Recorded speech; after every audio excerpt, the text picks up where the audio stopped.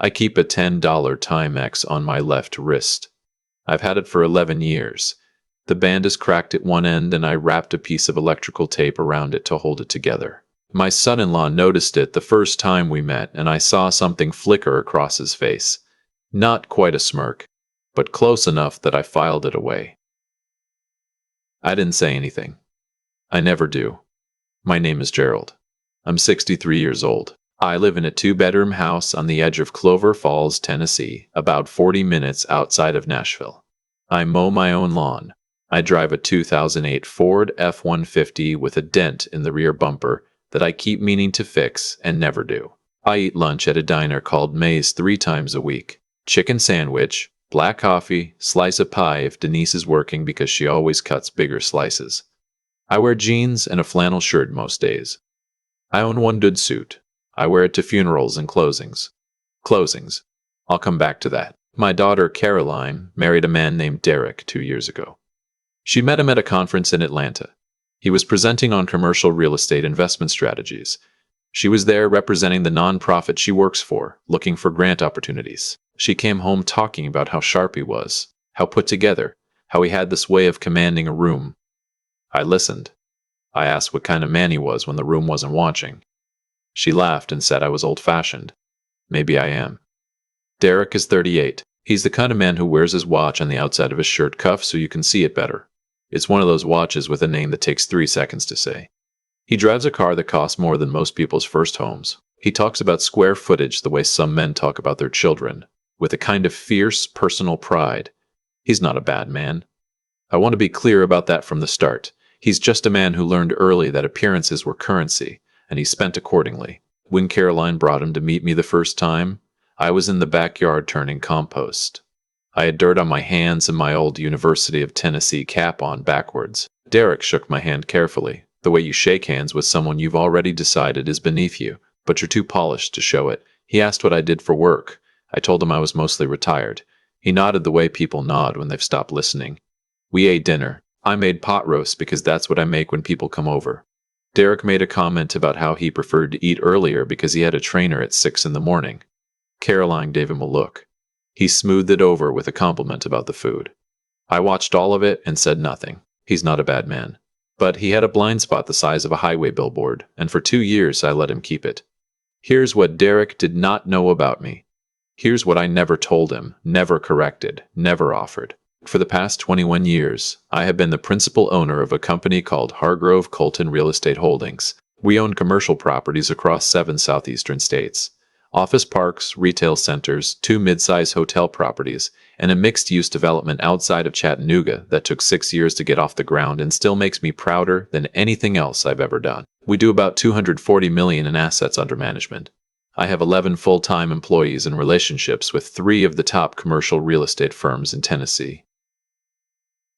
Derek works for one of those firms, not just works for. He was hired 18 months ago as their director of acquisitions, which means, in practical terms, that my company is one of his most significant client relationships.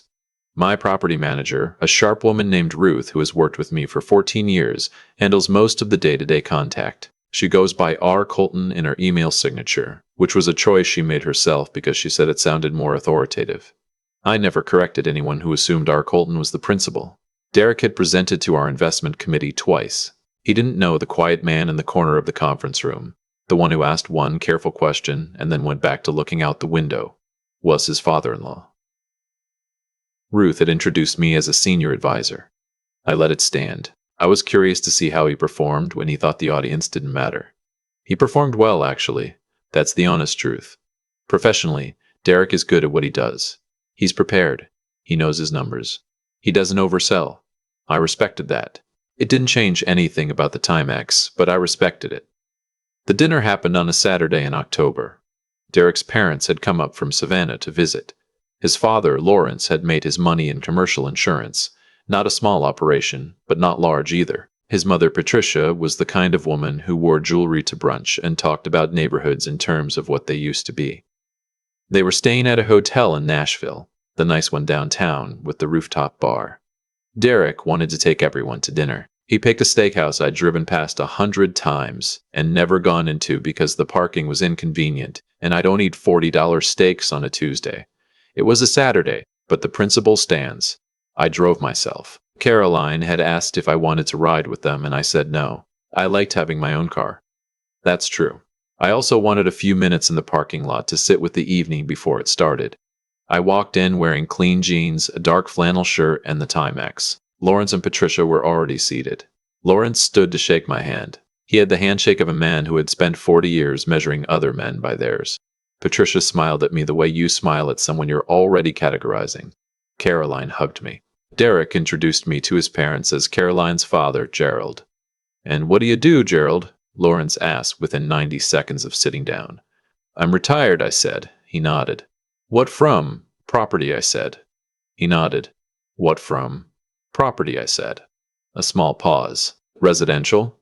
"Commercial, mostly," I said, and then I picked up the menu. Lawrence made a sound that wasn't quite dismissive but wasn't interested either, and turned to ask Derek about the market conditions in Nashville. I read the menu. I already knew what I was ordering, but I read it anyway. The dinner moved along the way these dinners do. Patricia asked Caroline about children with a persistence that Caroline fielded graciously. Lawrence talked about his business, about a regional expansion he was considering, about the difficulty of finding competent people. Derek talked about a deal he was working on, a retail acquisition in Franklin, and I listened carefully and did not mention that I was familiar with the property because we had looked at it 18 months ago and passed on it for reasons that would become apparent in about 6 months, when the anchor tenant announced they weren't renewing. I said none of this. I ate my steak, which was genuinely very good, and I drank 1 glass of water because I was driving. At some point, Lawrence said, with the casualness of a man who doesn't consider his words before he sets them loose, "It's admirable that you raised a daughter like Caroline on a modest income. She's turned out remarkably well in spite of everything."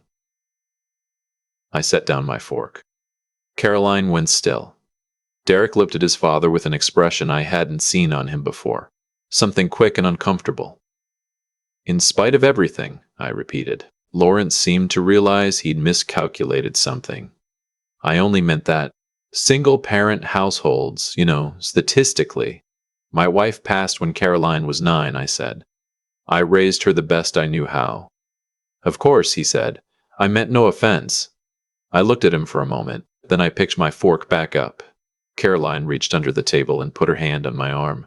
I covered it with mine and left it there for a second. Then we both let go and the dinner continued. But something had shifted. Lawrence spent the next 20 minutes being more careful, which somehow made it worse.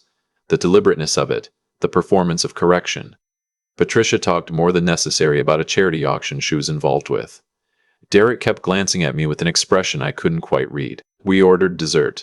The conversation settled into something more neutral. And then Lawrence, who I think genuinely believed he was moving toward friendlier ground, said, "Derek tells me you live out past the edge of Clover Falls. What's it like out there? Still pretty rural?" "It suits me," I said. "I imagine land is still reasonable out that way," he said, "before the Nashville sprawl gets there." He said it the way people say things they consider generous observations. "I own about 18 acres, I said. "Oh, that's nice," Patricia said. "A little farm?" "No horses," I said. "I keep a garden. Some fruit trees. I've been working on a small pond for the last 2 summers. "How lovely," she said. And there it was again. That tone, the one that means quaint and small and limited, wrapped in 3 syllables of genuine-sounding warmth. Derek cleared his throat. I don't think he knew what he was nervous about. He just knew he was. "Gerald has been in real estate for a long time," he said. It was an offering, I think. An attempt to contextualize me. "Commercial real estate," I said. Lawrence tilted his head slightly. "Oh, what markets?" "Southeast, mostly." "Oh, what markets?" "Southeast, mostly. Tennessee, Georgia, the Carolinas, some Alabama." "What firm were you with?" "My own," I said. He nodded with the patient interest of a man waiting for a number he expects to be small. I told him the name. Hargrove Colton Real Estate Holdings. The table went quiet in a specific way. Not all at once, but in sequence. First Derek, whose fork stopped moving, then Caroline, who looked at me with an expression I know well, the one that means "Dad, what are you doing?" And then Lawrence, whose face went through 3 small changes I watched with genuine attention. "I'm sorry," Derek said. Hardrove Colton. Yes, I said. He put his fork down. That's one of our major client accounts. I know, I said. You presented to our investment committee in March and again in August. The August presentation was stronger. I thought your sensitivity analysis on the Murfreesboro property was particularly well constructed. The silence that followed was the kind that has texture. Derek said, very carefully, "You were in those meetings." Ruth introduces me as a senior advisor, I said. I've never corrected it. I like to see how people work when they don't know who's watching. Caroline was looking at me. I couldn't tell yet if she was upset or amused. With her, it can go either direction, and sometimes it goes both at once. You own the company, Derek said. I started it in 2004, I said, after I sold my first 2 properties and had enough to do it properly. It took about 4 years before I'd say it was really running the way I wanted. The pond is newer than the company, for what it's worth. Lawrence had not spoken. He was doing something I hadn't expected, which was thinking. I watched him do it. He was a careful man underneath the bluster, I realized. He was adding things up. The Timex, he said finally. I looked at him. You've been wearing a Timex this whole dinner and you managed 200. He stopped. How much? About 240 in assets under management, I said. It fluctuates. He sat back in his chair. I like the Timex, I said. I've had it 11 years. It keeps good time. I don't need a watch to tell me what I'm worth. Patricia said nothing.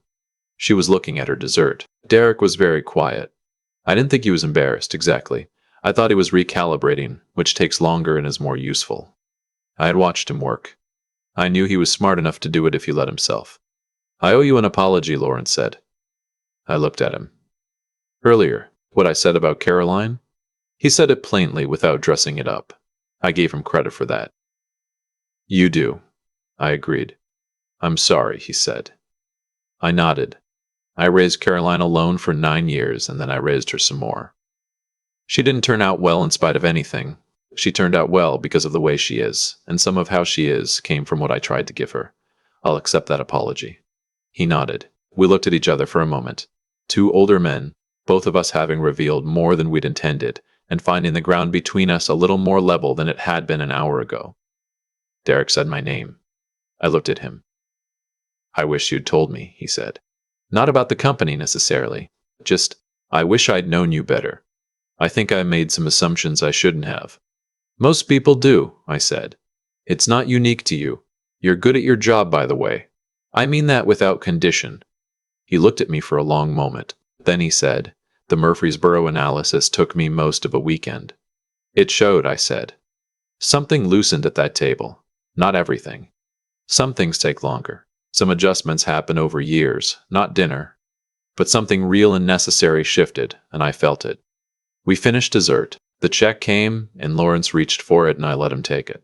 Not because I needed him to, but because it was something he needed to do, and there's a difference. Walking out to the parking lot, Derek fell into step beside me. Caroline and his parents were a little ahead. He said, the investment committee meeting in August, you asked one question. I asked whether the tenant mix had been stress tested against a 20% occupancy drop, I said. I was up until midnight reworking the model because of that question. The model was better for it. He was quiet for a few steps. Then he said, you could have told me. At any point. I know, I said. I wasn't testing you. I want to be honest about that. I wasn't running some experiment. I've spent most of my adult life being overlooked by people who see a flannel shirt and an old truck and decide they already know the full picture. I've learned that who you are in those moments, when you think no one important is watching, that's the real data. That matters more to me than any presentation. He thought about this. How'd I do? He asked. As data. I considered it. You were good professionally. You were occasionally careless about other things.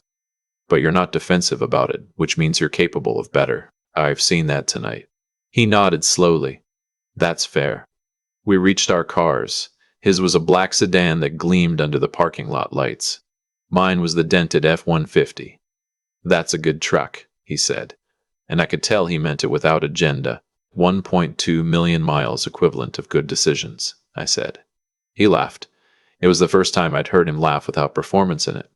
Caroline came to find me. She hugged me in the parking lot, her chin on my shoulder the way she's done since she was 12 years old and already up to my collarbone. "You could have warned me," she said into my flannel shirt. "Would you have wanted me to?" She pulled back and looked at me with her mother's eyes, which is the thing about her that still catches me off guard after all these years. "No," she said. "Probably not."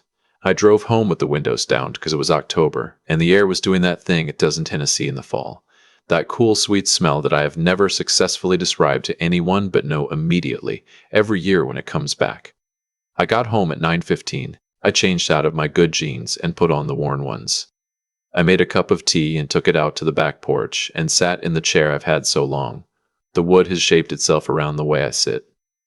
The trees at the edge of the property were dark against a sky with enough moon to see by. The garden was done for the season, the beds turned over and mulched. The pond was still and flat, and in the dark it looked like a piece of the sky had dropped and landed there. I looked at my watch. 9:22. The Timex keeping perfect time. I've been asked over the years why I don't dress differently, why I don't drive something newer or live somewhere that announces itself better. My accountant asked me once, he said, half joking, that I was the hardest man to work for because he could never tell if I was satisfied or planning something. I told him I was usually both. The thing is, I spent 4 years in my 30s nearly losing everything: bad partner, worse timing, a market that moved the wrong direction twice in the same year. I came out of it with almost nothing and had to rebuild from the ground up, one small property at a time, eating sandwiches out of a cooler in my truck, because I couldn't afford to eat anywhere else. I remember exactly what it felt like to be that man. I remember what it felt like when people looked through me in rooms, when my calls weren't returned, when I sat in waiting areas longer than I should have. I never forgot it, and I never let myself believe that what came after made that man smaller or less real. The Timex was a $20 gift from Caroline when she was 16. She'd saved up from working at the ice cream place on Route 9. She'd wrapped it in newspaper because she said she couldn't afford wrapping paper and didn't want to fake it. I wore it to every closing after that. When the battery ran out the first time I replaced it. When the band cracked, I taped it. You want to know what I'm worth? That's what I'm worth. What happened at dinner made its way through the family the way things do. Lawrence called me 2 weeks later on a Tuesday morning while I was walking the back of the property checking the fence line. We talked for 40 minutes. He's a man who became too comfortable in his assumptions and had the decency to recognize it when the floor came up to meet him. We won't be close, but we'll be honest. And at 63, that's the trait I prefer. Patricia sent a note. An actual, handwritten note. That surprised me. It said she hoped I'd let them all start over.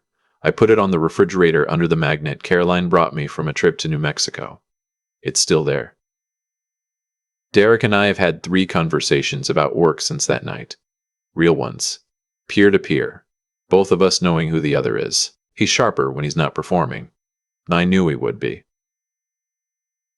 The Franklin property, the one I mentioned, the anchor tenant did announce they weren't renewing in February. Derek called me the same day and said, "You knew." "I suspected," I said. "I thought it was a reasonable enough risk that I passed. You had different information and a different risk tolerance. That's not a failure, that's how it works." He was quiet for a moment. "Will you be at the spring committee meeting?" "I'm always at the spring committee meeting," I said. "I'll be the one in the corner who asks one question." I heard him smile through the phone. I think he did anyway. Caroline came out for a visit 3 weeks after the dinner. We planted garlic together. She does it every year now, has since she was about 22, and I explained that you plant it in fall and trust that it knows what to do over the winter. She thinks that's a metaphor for something. I just think it's garlic. We were out in the garden, both of us in old jackets, the October light going flat in gold across the yard. She said, "Derek told me he's been thinking about things differently since that dinner." "Good," I said. "He said you told him he was capable of better." "He is," I said. She pushed a clove into the soil and tamped it down. "You could have told him years ago. About the company." "I could have," I said. "But you didn't." "No." She sat back on her heels and looked at me. "Was it a test?" I told him it wasn't. "Was that true?" I thought about it honestly, the way you have to think about things when your daughter asks them. It started as curiosity, I said. Then it was just, the longer you wait, the more you see. I wasn't punishing him. I just wanted to know what kind of man he was when he thought the grade wasn't being given. She considered that for a while. Then she said, "And he'll be good," I said. "He's getting there." She seemed to think that was enough. It was enough. We finished the row. The light faded. We went inside and I made coffee and she stayed for dinner. And we talked about her work and about the pond and about a book she'd been reading. I didn't check my phone. The Timex told me it was getting late and eventually she had to drive back. She hugged me at the door, same way she always does. After she left, I washed the dishes and turned off the lights and went out to the porch one more time. The garlic was in the ground and the frost would come. And in the spring it would come back up without being asked. Because that's what things do when you put them in the right place and give them what they need and leave them alone to become what they already are. I'm Gerald. I wear a Timex. I drive a dented truck. I grow things, and I own things, and I know exactly what I am, which means I don't need anyone else to know it for me. That's always been enough.